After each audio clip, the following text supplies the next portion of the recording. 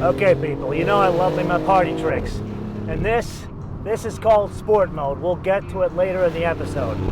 But check this out. Let's get around this turn here. And then I'm gonna put this thing into electric mode. Watch this.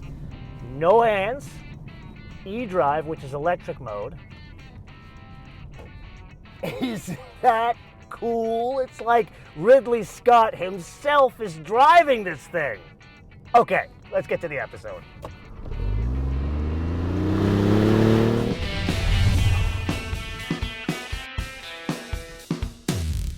If you've seen our Rogue Hybrid episode, you know that I have less than zero interest in anything golf.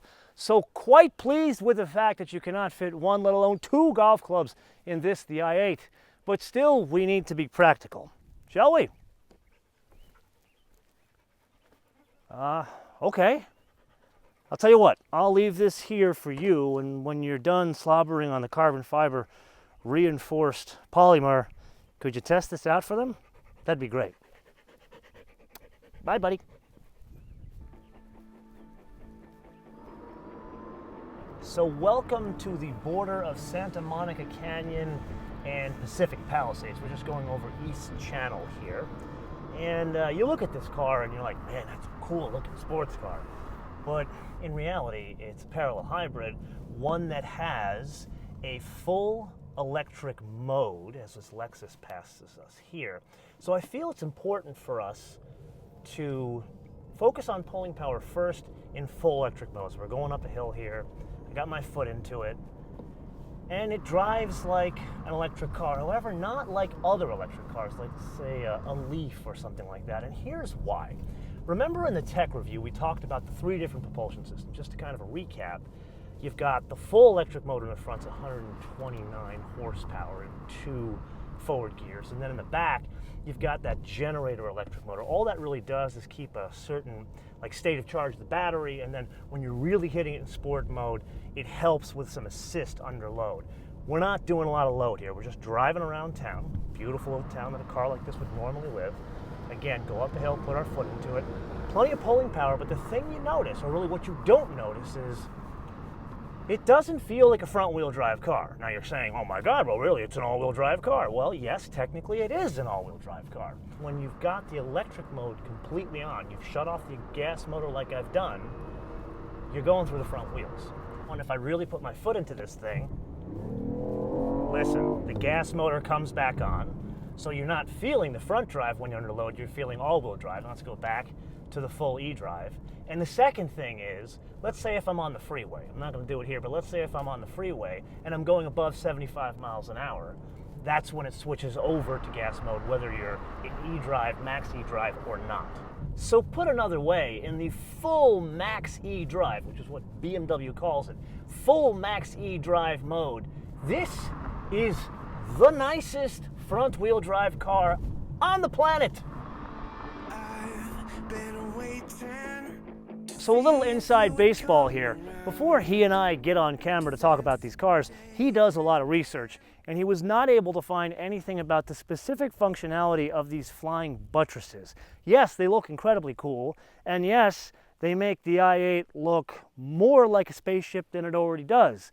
But for the life of us, we don't know what the specific functionality is. Like, does it channel air into these vents to provide more air in the engine compartment, or are they there for more downforce? He even emailed Munich and New Jersey to get an answer, and all they said, well, it was designed to have more of a dynamic look and aerodynamic performance. That's all we got from BMW.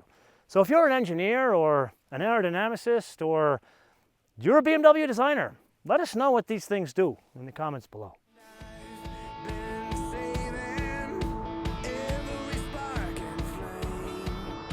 Okay, and now for something completely different.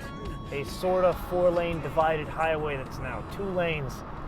Let's try out, there's no nice way to put this, the unexciting modes. You know what I call these things, celery modes. There's a comfort mode and there's an eco mode.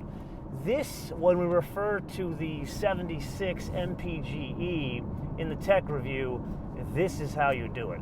Now granted, you could sit back and drive slow and look at the stunning view of the Pacific Ocean off PCH here and hopefully not murder all these people that are standing almost in the road. But here's the catch. Let's put our foot into it. It's not slow, but it's not slow. It just doesn't feel good. The handoff between the electric and the gas, it feels like a hybrid. And for a car that looks like this, it shouldn't feel like this. Okay, now we get to the 4-lane divided highway. Actually, this is the 3-lane part, I promise. We get to 4 lanes here. Let's try Eco Pro, and this is really the celery mode. Let's put our foot into it. Not as quick. But again, the handoff gets even more clumsy between the electric and the gas. If I'm honest, if the car was just this, not a great experience.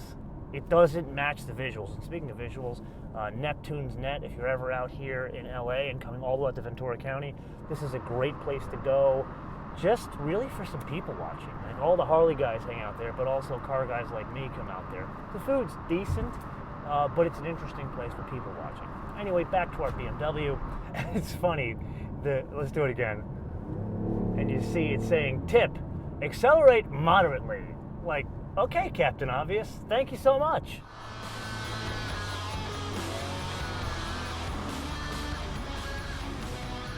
So all of you fans of the new star of the show here may want to know that he's been struggling with a little bit of a paw issue as of late.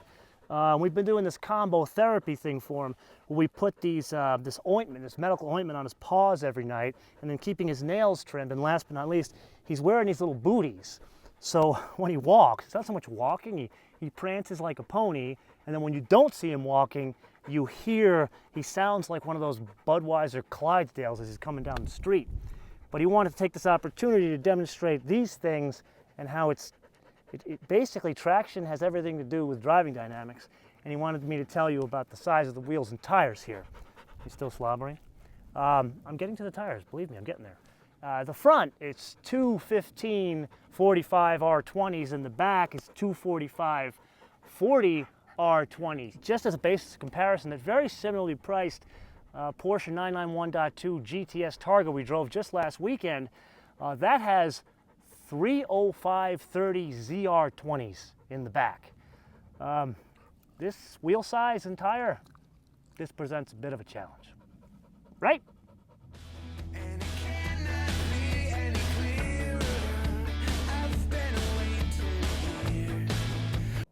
That's enough. You and I have been far too prudent throughout this entire episode. It is time we switch to the main event. Shall we? Bist du fertig? Ich auch. Sport mode. So this is all-wheel drive. We've got the electric motor in the front.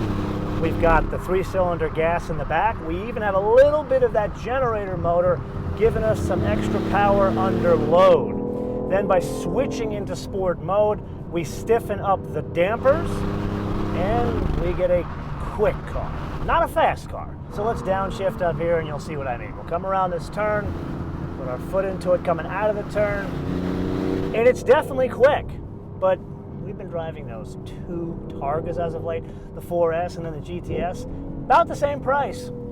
Those cars are much faster than this, but this is where we get to the dirty little secret about the i8 no one tells you. This, it ain't a sports car. This is a full-on GT car. The best looking one on the planet, but it's a GT car, and here's why. Remember we talked about those tires and those wheels. Well, here's the thing. We go around a turn here, and it's definitely under-tired, which means it understeers quite a bit. Like you want to go that way, it says, nah, I want to go that way. But that's where we get into the reason for being for this thing. It ain't about going around turns. It's about that construction method. And I know you probably think I have Tourette's about carbon fiber reinforced polymer, but I'm telling you, this is a huge bet by BMW, and here's why. You may not buy this thing. A lot of you may not buy this thing, but you're gonna buy an M3 that's built out of this stuff. You're gonna buy a 3 Series that's built out of this stuff. And that's why this science experiment is incredibly important. And oh, by the way, it's not just a science experiment. It's like the best-selling hybrid sports car out there. So what does all that mean? Yes, the suspension can't cash the checks that the whole structure is writing, but at the end of the day, in two modes, that electric mode and absolutely this one, this thing is a pisser to drive. Ain't the fastest, but this version of the future is gonna put a smile on your face. See? So Kumo didn't want to close out this episode without sharing some rather exciting news, and that is laser beams. You see, this is the first car on offer in the US that has been blessed both by the National Highway Traffic Safety Administration and the Food and Drug Administration. So he's not as excited about this part because both of us are confused. We have no idea what the hell the FDA has to do with laser beams, but they do. And so this is the first car fitted with laser beam headlights legal in the USA. Now, it's not exactly what you think it is. It doesn't shoot laser beams out of the headlights. What it does is there's a laser excited phosphorus exchange or something like that in the actual housing, which in turn shoots out a much brighter ray of light. Now, this only works above 43 miles an hour. Below 43 miles an hour, it is a traditional LED low beam and a traditional LED high beam. Now, as cool as that is, there's only one catch. This very car here is not fitted with that $6,300 laser headlight beam option. So I hope you will understand that we cannot demonstrate it for you.